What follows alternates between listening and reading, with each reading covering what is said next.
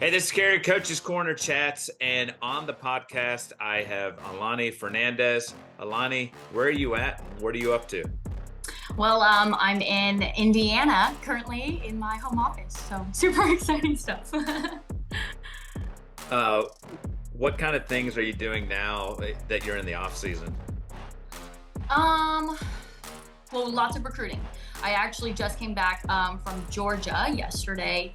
I was at the National Junior College Division I women's soccer tournament, scouting some future Cougars, hopefully, and it was a lot of fun. This weekend, I'll be working a camp, again, recruiting, and so really hitting the recruiting trail up until December 15th, which is our dead period, essentially starts that day. So hitting it hard. You just mentioned the Cougars, so where exactly are you coaching right now? I am the interim head women's soccer coach at Chicago State. In Chicago. Yes, in Illinois. Got it. And so how does it come about that you become the interim coach at Chicago State?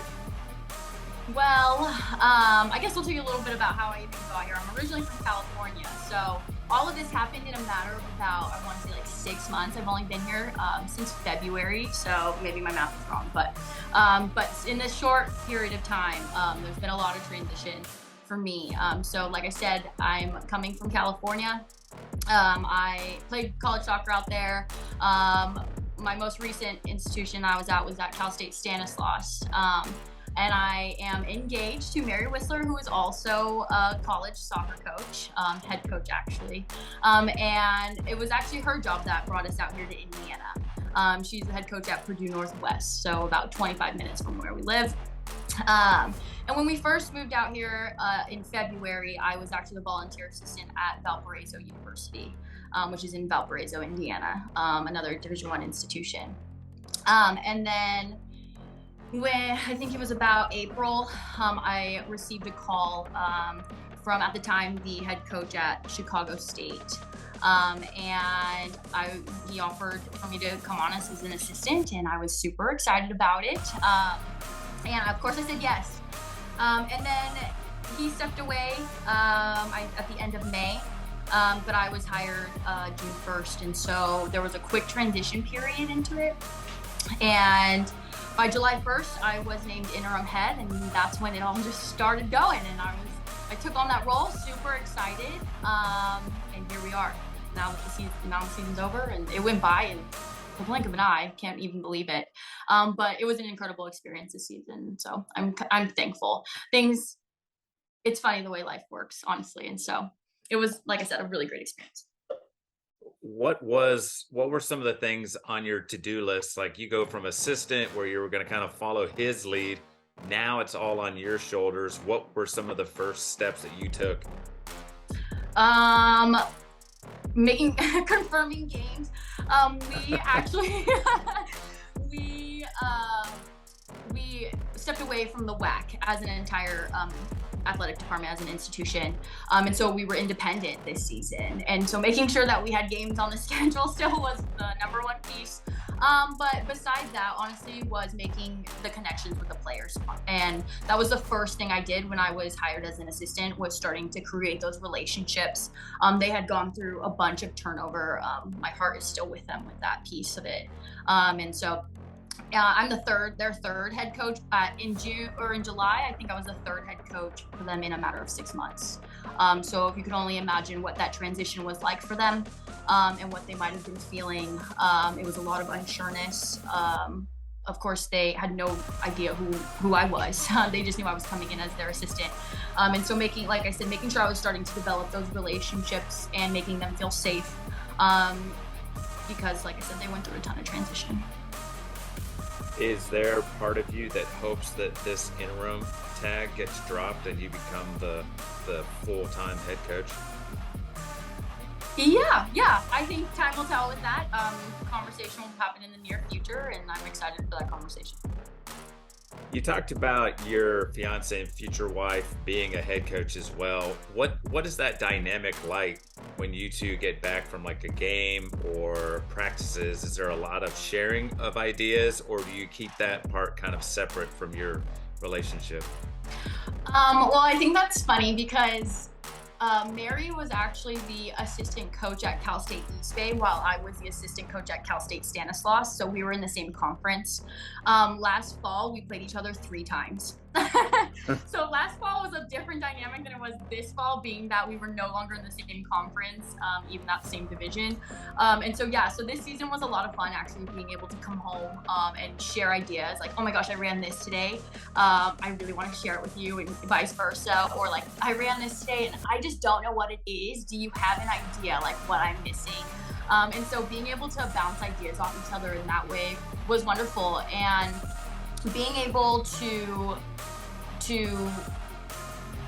talk about the ups and downs that come with not only coaching but being a head coach was really nice. Sometimes overwhelming because, of course, like I might have gone through something that day and I didn't have the full mental, emotional capacity to really like dig deep with what she might have gone through that day as well. But of course, communication is required in this sense, and so it was nice to find the balance, and we laugh all the time because we're just like, could you imagine like in February, like you'd be a head coach and I'd be a head coach, and here we are. And so yeah, so that's a little bit of how our dynamic goes, but we always make sure to make time for each other outside of soccer, especially in a really busy season. My Chicago State was on the road for 14 out of 19 games this season, and so I was gone a lot. So making sure that we created that time together was really important. How do you deal with road trips at that college level, especially that many? Like, what goes into that? And you talk about building relationships with the players. How do you keep that and build that and use maybe those opportunities on the bus or on the planes or whatever it is to continue to build on that? It definitely takes a lot of flexibility, a lot of adaptability.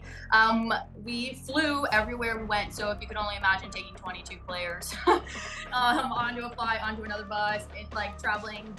I think Mississippi was one of our harder road trips because we flew in. I forget, it was a smaller airport. Flew in, drove 2 hours to where we had to go for our first game.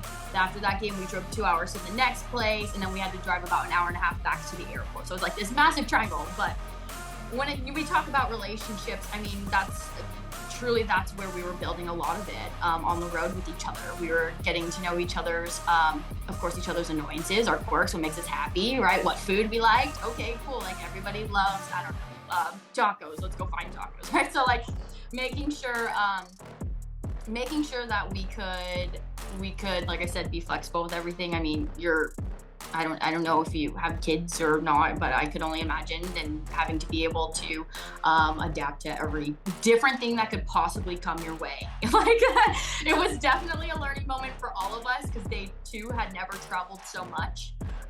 But we had a really good time. We had a great team bonding moments. We would also watch our men's soccer team compete, our women's volleyball team compete at team dinners. So there was a lot of moments where we were also rooting on for our other teams at Chicago State. But I think that's what brought us closer to was that camaraderie.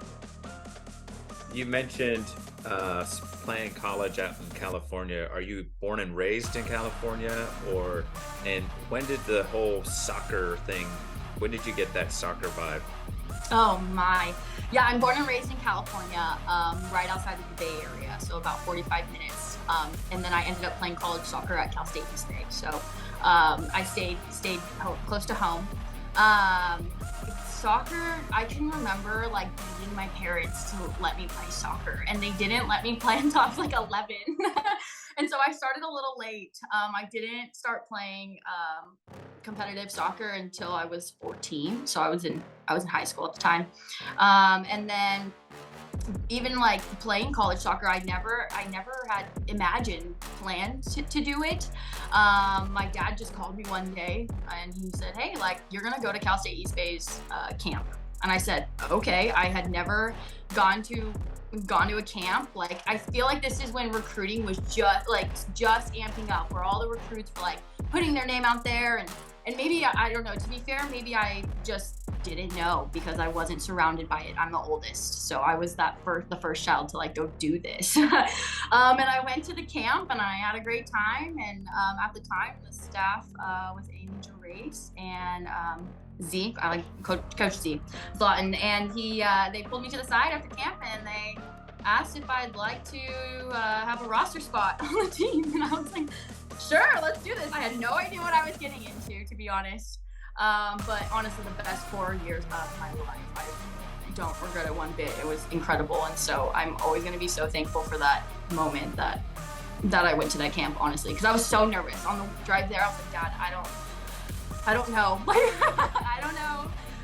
Is this really something that I have to do? And he's just like, you're already starting at no. Like, relax. Like, everything's going to be fine. And I'm like, okay. And like I said, I went. I had an incredible time and had another incredible 4 years. So it's kind of my journey. Was it during those 4 years that you started thinking, hey, maybe coaching would be something to get into? Or how did you end up going from sort of like, I guess I don't know what I'm going to do with soccer, that end up playing 4 years in California at the college level, and now here you are as a college coach? That's funny. I had got my degree in biology and I was taking the pre-medicine route. And so after I was done playing my 4 years, I still had a 5th year left of school. And there was a coaching change my senior year to the head coach is now Robin Hart. And she pulled me to the side one day and said, hey, do you wanna come on to staff? And I was like, what do you mean, like, come on to staff? And I had never even imagined that, right? And she said, yeah, like, do you want to join the staff? And I said, I would love to. Robin Hart is one of my mentors, and so when she asked me that, like, my eyes just lit up, and it was such a cool moment for me. I was like, wow, she's asking me to do this. And I was coaching club at the time too. It was the spring of my 5th year. And I had a blast coaching club. I love club soccer, and so at that point I was like, okay, well, let's see. And I graduated, and I end up remaining the volunteer assistant at Cal State East Bay while coaching 3 club teams at Livermore Fusion. Yeah, and I had a wonderful time, and that's kind of what propelled my coaching career. What was it about Coach Hart that was so, like, that excited you so much to be a part of the staff? I think one is the foundation she lays with her players. She is very good at creating relationships, but also her demand for excellence is something that I was looking for in a coach, and so I found that super appealing. And the way she did it was with grace and with dignity, and she every time she spoke, all eyes were on her. And I thought that, like, what a cool presence to have as a coach, and like, how do I have that presence too as a person? Like, and so that was very intriguing to me. And so yeah, that was one of the biggest pieces. And she's competitive as hell, and so I was so excited to be a part of that. And what she was building at Cal State East Bay was incredible. And I again, as a player progressing into a coach, I wanted to be a part of what that rebuild was going to look like. I had so much pride as a player in Cal State East Bay, and now to be able to do this as a coach and help flip the program into something that we all knew was going to be so great, it was a really cool experience, and I'm so glad that I got to learn from Robin Hart. You mentioned the transition from player to coach. What was that like? Because I'm assuming some of the players you were coaching you were just playing with. Right. It was difficult in the sense that I had to now draw boundaries with my friends, essentially, because I took this really seriously, and I feel like that's what really helped. I'm going to come back to it. Propel my career was making sure that I was really committed to what I was doing here, and it wasn't just a step in life. That it was meaningful, and so having to draw those boundaries with my friends was really important. But the staff at East Bay was so helpful in my role there that, like, my first year I wasn't the one that was running sessions and telling them where to go, what to do, how to do it. I was one that was having individual conversations and connecting with the players one-on-one. But also, like, in behind closed doors, giving my input about the dynamic and what we could do more or better, or how we can change things, right? Do things differently. And so that was super helpful in my transition. Honestly, the staff was wonderful with that. So, how long were you on the staff there before we go to whatever the next step was? I was on the staff there, fall 1920. I was there during COVID. I was there until fall 2021, which is when I was at Cal State Stanislaus. And the other thing that kind of jumps out to me is you seem like you're like a very hyper focused person. Like once you have like I'm going to do this and I'm not going to do it like half speed. I'm going all in. I want to get as much from that experience. Is that something you've always been? Is that maybe from parents? What has caused you to be kind of this like I'm in, I'm going to soak up as much as I can and make the most of it? Um, I I've always been like that. Yes, I'm a big academic. I love school. I love to learn, and so when I'm able to learn from other people and their experiences, it's like a sponge. And I think that I don't necessarily need to experience that moment to understand what that moment is to someone. And I think it's an interesting way to learn. As I've been told. And I actually really embrace that because like you could tell me a story and how much that affected you and the person that maybe was involved in it, and I can see both sides and understand where the feelings are coming from both sides.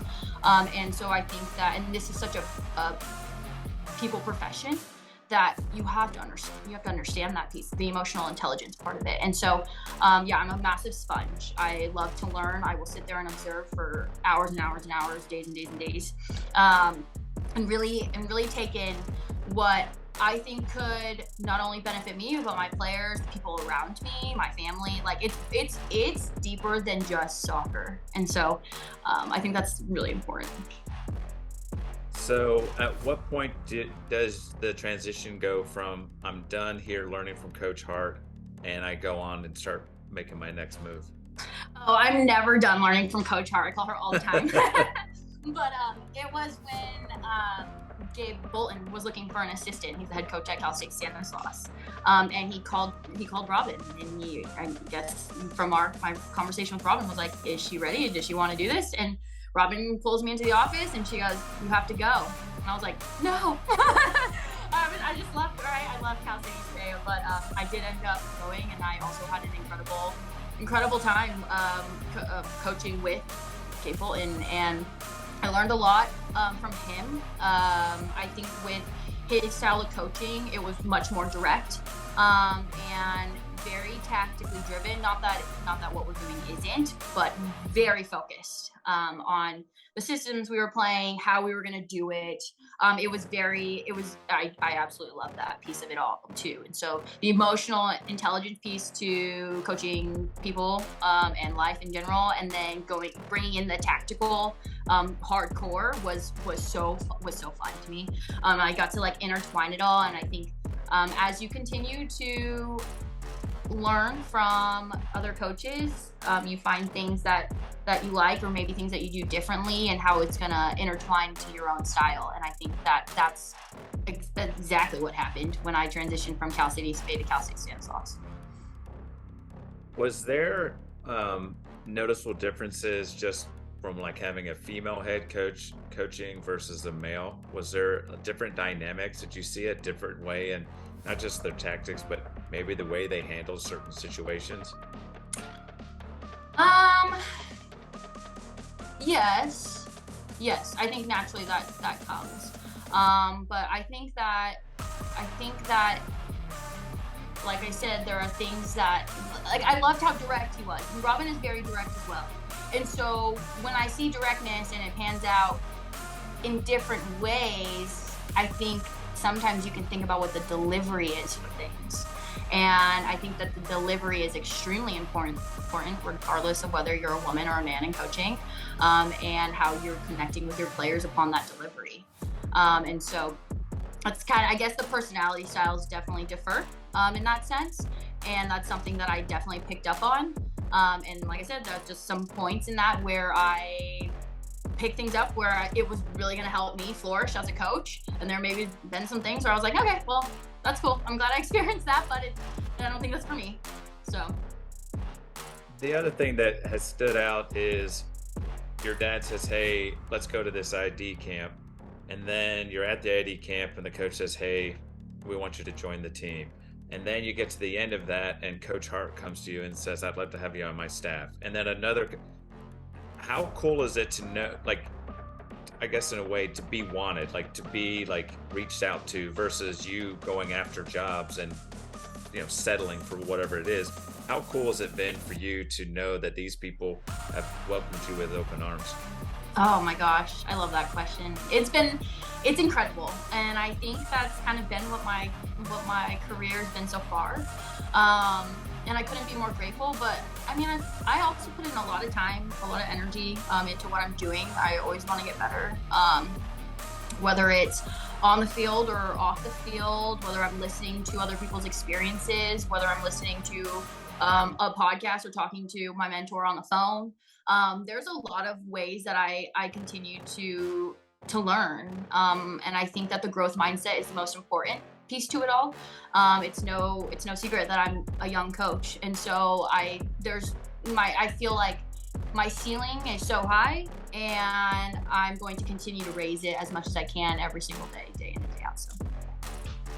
You mentioned being young, and I know you just got selected for the 30 under 30 group. How exciting is that, and how exciting are you to be a part of that group? Oh, gosh, it was so exciting when I was accepted or selected. I mean, think about it. It's 30 people in the country, 15 women, 15 men, and up and coming. And I mean, it was incredible. And I remember, again, I'm gonna bring her back in, Robin Hart calling me and saying, you need to apply to this. And I was like, I have some time, Robin. Like, I think I need to gain a little bit more experience before I just put myself out there like that. And she's like, nope, go do it. Like, you need to go do it. And actually, Mary's also 30 under 30 alum. And so they both told me, they said, just so you know, like, the first time around, it's kind of rare that you get accepted, so like, don't get your hopes up. And I was like, okay, like, so I was trying to play it really chill. And then I got the email and I was like, oh my gosh, this is incredible. And so then last year I went to my first convention as part of the program, and what an incredible experience. I've never experienced anything like that. So when you take my curiosity and you put me amongst all of these brilliant people, and people that my eyes are just like wide open, like mouth open, like incredible, right? It was such a really cool educational experience. And then with that, the connections I made with my 30 under 30 classmates and of course other coaches around there was so fun. Like, it's just this place where everybody's excited to learn about this beautiful game, right? And like, I felt like there was just so much like joy in the air. And I personally just love joy, and I love giving joy, and I love receiving joy. And so that was such a cool experience. And being a part of this class has only brought positives. And so it's incredible, and I'm so excited for this class that was just selected and inducted. And it's just so cool. I can't even experience or explain to you how meaningful that experience was for me. So we've got ourselves moved to a different place. You're an assistant coach there. Is this the time where you all move out to the Midwest, or is there another stop before that happens? No, that was about the time. So Cal State East Bay actually last season won the conference tournament, and then made their first appearance in the national tournament.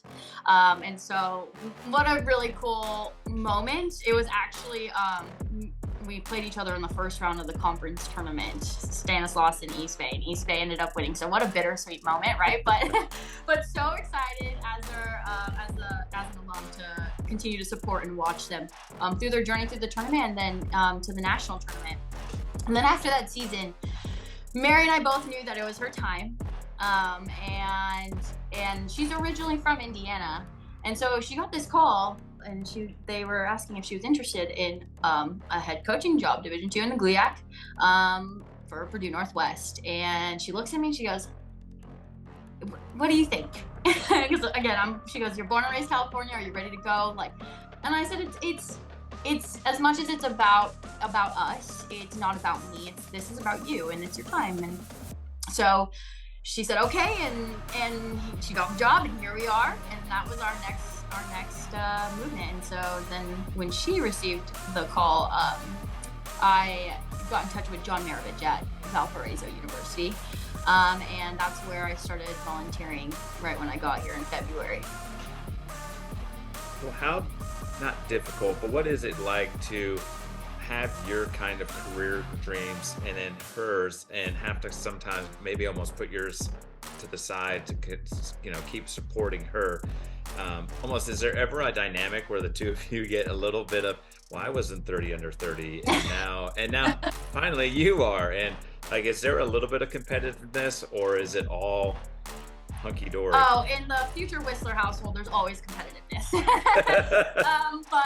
But no, we have a really incredible relationship in the sense that we're selfless with each other, and we understand what this profession is and how it moves, and how important it is to be a woman in this profession, and when opportunities arise, to pick up the phone and see if it's the right fit, and if it's the right fit, then okay, like, that's something we're gonna do.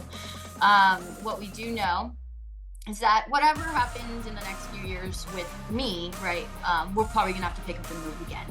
And that's okay, and we're both on the same page about it, and there might be times too that we've talked about where we're gonna have to live apart because she's doing her thing somewhere and I'm gonna go do my thing somewhere, or vice versa, right? And so we have a really cool communication line in that sense, and just I guess you could just say, honestly, at the foundation of it, love. And that's a really exciting piece to our relationship, because I think she's also an incredible coach, and anybody would be lucky to be coached by her or have her part of their program. And so I feel like it's compromised, but it doesn't feel like that to me. It's just kind of, or to us, it's natural. So You mentioned knowing the importance of being a female in this coaching realm. What things go through your mind, or what importance do you feel inside when you know that this is a huge opportunity for you? Oh man, I just remember when I was asked to join Cal State East Bay, and them it was Amy Gerace at the time, like I said, who was the head coach, and being so excited to finally like play for a woman. And I loved all the coaches that I played for in club and in high school. But the feeling of, oh, like she can just relate to me a little bit more. Or like the natural communication that can take place, given the right environment, of course. I think that with my role, especially, like, again, it's no secret. So I think being a young coach, where I am right now as a woman and a woman of color, and even with that, a gay woman, is incredibly important, because it gives the diversity that this profession needs. It continues to show young soccer players that are coming through, like, man or woman, boy or girl, that you can do this thing, and if you really put your mind to it, that you can really propel in this profession if you want to, I guess, in that sense. I'm kind of at a loss for words for this question, and I've been asked it before. It's like a internal feeling that's so deep, but it's like, it brings so much joy. It's empowering. It's an incredible space to be in when you're able to be a role model for those that are up and coming in this world, the next generation. What it means to learn through the game of soccer what life is, what it can be, right? Like, there's just so much that this game brings, and I'm just really excited that I get to represent a diverse piece to it, and I guess that's where I'm at with it. So you end up at Valpo as a volunteer. Are there differences that you notice between soccer in California and soccer in Indiana? Absolutely. I mean, I grew up in a hotbed of soccer, and so there were clubs everywhere, big clubs everywhere. And I think it was definitely different. It was eye opening. The soccer culture was a little different, and I think that just is because there were just a lot of small clubs around here. And that was something that I wasn't really used to. But I started coaching club out here, and it was actually really nice to, not that I wasn't doing it in California, because when I left California, I was at Mustang Soccer Club, which is like a big ACNL club out there. And so I came out here and I started working for a smaller club in town, and it was really nice. It was like I took a step back, and it was cool to not that I wasn't already in California, but to really lay the foundation of the principles of soccer and what it means. I was working with the little ones. When I left California, I was working with U19s and U11s, so they had already had some time. And so I was working with the small ones, and it's my favorite. I really love club. Like, I really love club, and I want to get more involved once I feel like I've got my feet underneath me right now, but there's always the day in and day out for the head coach is very different. And so figuring that out first and then stepping into the club realm again is my goal, because like I said, I love club. What is it about the club scene that you seem to love and enjoy so much? I think it's like with the youngers, specifically like U12 and below are my favorite. They have so much joy when they come to practice. They're so happy, and I love like, Coach Lonnie. Oh, guess what I did today? My tooth fell out, and like at school, right? Like, and they just live in this cute little world, and you're just a part of it for about an hour and a half, and they just want to go around and kick the ball. But then you have some U11, U12 who are like ready to compete, and they want to learn, and then that's the fun part where you can start to bring in a little bit more of the tactical piece with them. And they just are like sponges, and they just want to keep learning, and their eyes are on you. It's just like, it's one of the most incredible pieces, because I feel like at that age, you like, they're gonna remember you, just like I remember my second grade teacher, Mrs. Fuller. Like, they're gonna remember you, right? And so I think that's one of the best parts about being a role model in this profession, is that you have these like 7 to 11-year-olds in your life, and you are a big piece of their life. Like, and I think that's really cool, and something that is just, it's meaningful. It fills my heart. That's what it does. You've talked about relationships quite a bit throughout this and the importance of that. How hard was it to move away from your family? You talked about playing close to home when you were in college and all that. What's it been like being now multiple hours away from family? It's definitely hard, but I mean, now that they have FaceTime and all this fun stuff, like it doesn't really feel like you're too far away. And I think one of the really cool pieces to moving out to Indiana was being closer to Mary's family. Her family is only about an hour and a half, so I get to fill my cup with Mary's family too, and I think that's cool. And what has been the reaction from your family as you've transitioned from going to college, and she might go into biology, but now here you are, like, I found my niche. This is what I'm going to do. I'm passionate. I love this. How excited are they about this opportunity that you continue to just kind of build here? Oh, extremely excited. When I was asked to be interim head coach, my dad was like, "What? Like, what?" Again, so much transition happening in my life at that moment that he was just like, "This is incredible," and they've been nothing but supportive. They're watching every single game that they can. I'm getting texts after every game, before every game.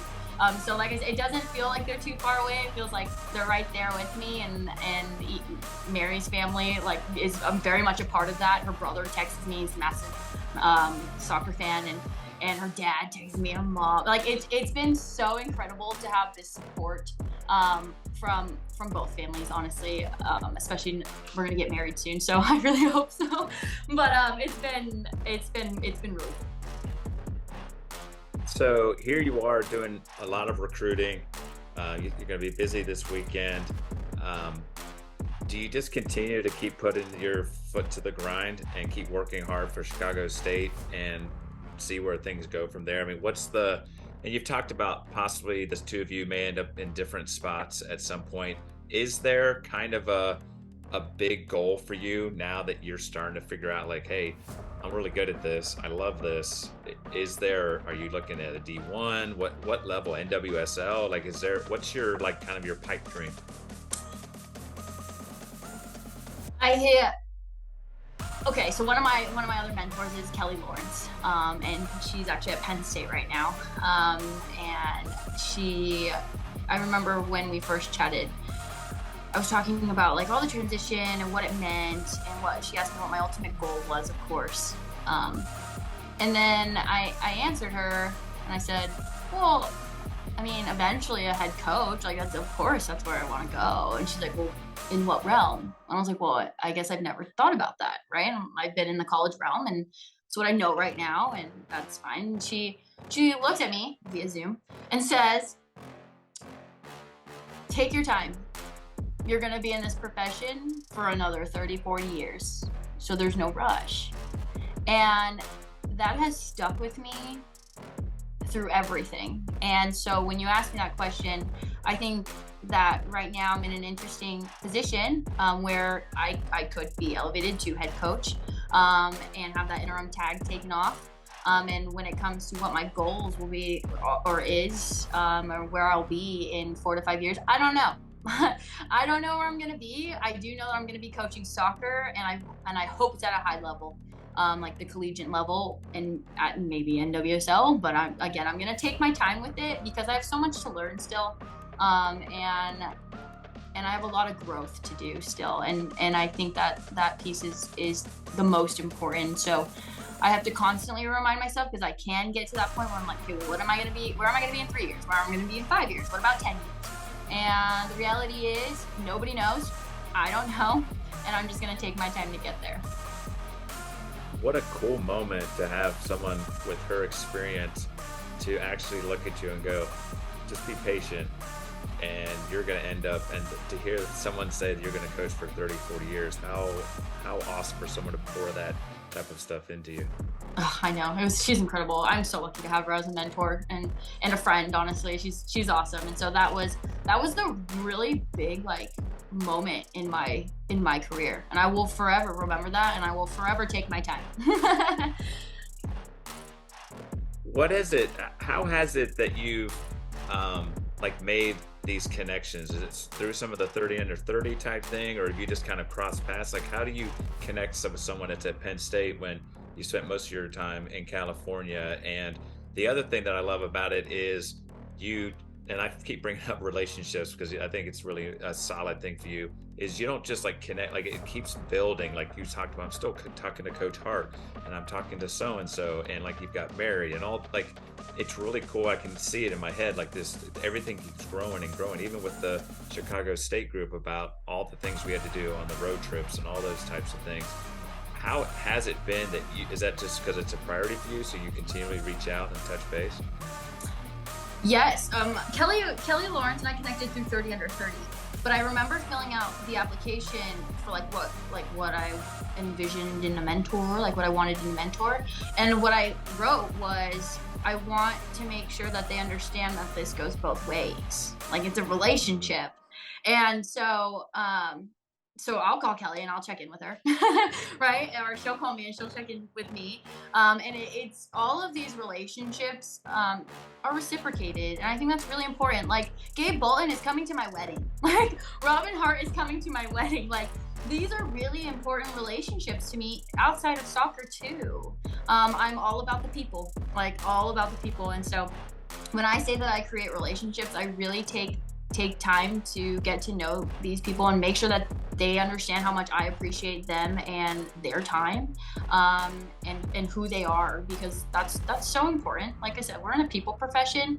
Who are, like, when I talk to recruits, I literally tell them like, well, I'm going to tell you a little bit about me, because at the end of the day, like if you should you commit to Chicago State or wherever I'm at that moment, like I want us to develop this relationship, because when I'm speaking, who are you listening to, right? And then who am I talking to? Like that's really important to me. One of the things that keeps popping in my head is, are you a kind of a journal type person, or do you do kind of meditation and all that type of stuff? You're very wise, I guess is what I'm trying to say. You've seen very lots of self-reflection, and like, do you really try to spot up on like quality habits and being consistent and all those types of things? Absolutely. I wouldn't say I don't really journal. I should though. I really should. I wish I was better at it, honestly. I do read a lot. I listen to a lot of podcasts. A lot, sometimes more true crime than anything, honestly, which is just me. But I have a lot of conversations every day. Like, I think it's so important. Like, every day I walk into my department, I am saying good morning to everyone whose door is open. And like, I am that person that's coming in at whatever time it is, 8 a.m. and I'm just like, good morning, and people haven't even had their sip of coffee yet. Like, I am that person. I love people, and I like I said before, I really learn through people's experiences. And so, like, I'll walk into my academic advisor's office, and she just so happens to be an alum from Cal State East Bay too. But but I'll walk in and I'll just like, okay, Julie, like, tell me about this moment. And like, I know that you touched on it, and I just want to come back to it because it's like it's sitting in my mind, and I just want to know more about this. And like, I'll sit there and I'll have conversations with them, and I think that's like so important. When you, like I said, when you develop relationships, it's so much deeper than, hi, what's your name, how are you? Like, okay, cool, now we're friends. Okay, let's go out to dinner. Like, I really dig deep into who somebody is because that's so important to me. And it gives me experiences that, like, when they give me their anecdotal experience, like, it's really important that I'm listening. And I think that's one of the biggest pieces to relationships that sometimes people miss the mark on, is like listening. That's important because you can find